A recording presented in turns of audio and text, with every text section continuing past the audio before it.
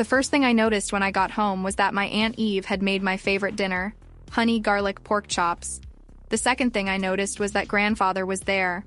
I hadn't noticed him at first because his car wasn't there, and the food overpowered his scent. Otherwise, I would have smelled him long before I had seen him. No matter the circumstances, grandfather always took an opportunity to belittle me.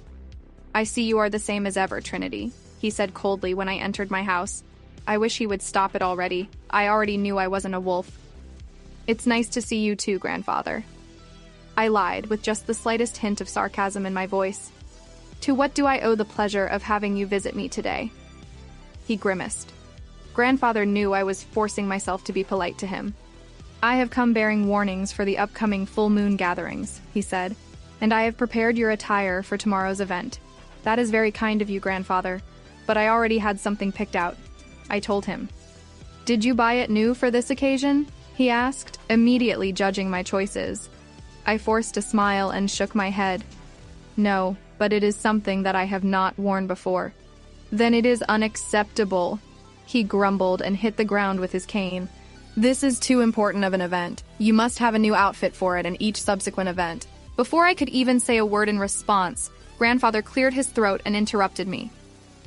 "There is still a chance you will meet your mate. You must make the best first impression possible," he growled. "For what other purpose did I spend my time and money training you? Maybe because you love me and I'm family?" I told him, sounding annoyed. "Love has nothing to do with this," he replied with a resounding scoff. This was typical behavior for grandfather, of course, but I had expected it to end when I turned 18 and proved to be useless to him. But apparently, he was still hoping to marry me off to someone dumb enough to mate with me. Grandfather had his secretary show me the dress that I would be wearing tomorrow. It wasn't too bad, thank the goddess. It was a dark midnight blue that would complement my pale complexion nicely. It was made of silk and felt wonderful to the touch.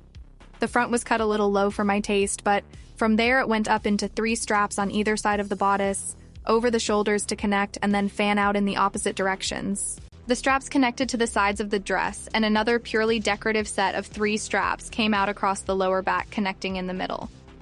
Altogether, the straps created an elaborate design across the back, quite fashionable. It must have been either specially made or hemmed to be perfect for my height.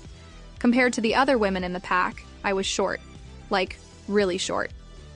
The average woman in the pack was around 5'9". Some were taller and some were shorter by only a margin of a couple of inches.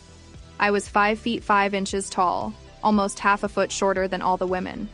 And since all the men were taller than the women, they all easily towered over me. That was another reason I was considered a freak among the pack. "It is very lovely, grandfather," I told him, which was the truth.